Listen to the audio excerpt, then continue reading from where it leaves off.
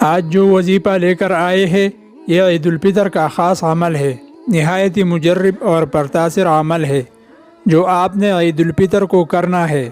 عید الفطر کے حوالے سے فرمایا گیا ہے کہ یہ دن بڑے برکتوں والا ہے۔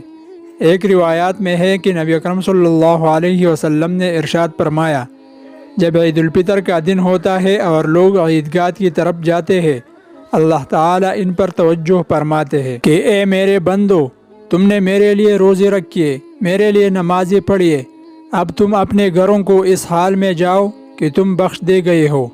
ایک حدیث میں آتا ہے، جب عید کی صبح ہوتی ہے تو اللہ پاک فرشتوں کو بھیجتے ہیں جو زمین پر اترتے ہیں اور گلے کوچوں اور راستوں پر کھڑے ہو جاتے ہیں اور بلند آواز سے کہتے ہیں، جیسے جن اور انسان کے سوا تمام مخلوق سنتے ہیں۔ وہ کہتی ہے، اے محمد صلی اللہ علیہ وسلم کی امت، اپنے پروردگار کی طرف آؤ، وہ تمہیں عطائے عظیم دے گا اور تمہارے بہت بڑے گناہوں کو معاف فرما دے گا۔ اور جب لوگ عیدگاہوں میں آ جاتے ہیں تو اللہ تعالیٰ فرشتوں سے فرماتے ہیں کہ مزدوروں کا بدلہ کیا ہے۔ جب وہ اپنا کام مکمل کر لے تو فرشتے کہتے ہیں، اس کا اجر یہ ہے کہ اسے پورا اجر دے دیا جائے۔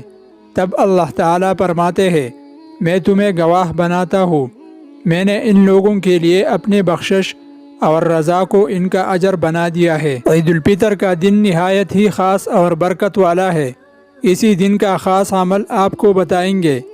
ہمارا دن بہت ہی پیارا دن ہے، اس میں زندہ رہنے والوں کے لیے اور جو اس دنیا سے چلے گئے ہیں ان کے لیے بہت سے اعمال کا ذکر فرمایا گیا ہے۔ نبی اکرم صلی اللہ علیہ وسلم نے فرمایا، جس نے عید کے دن 300 مرتبہ یہ کلمات سبحان اللہ و بحمدہ سبحان اللہ العظیم کو پڑھا تو اس کا ثواب مسلمان جو فوت ہو چکی ہے ان کی ارواح کو اس کا ایصال ثواب کرے تو ہر مسلمان کے قبر میں 1000 انوار داخل ہوتے ہیں۔ جب وہ پڑھنے والا خود مرے گا تو اللہ پاک اس کی قبر میں بھی 1000 انوار داخل کریں گے۔ یہ ورد دونوں عیدین میں کیا جا سکتا ہے۔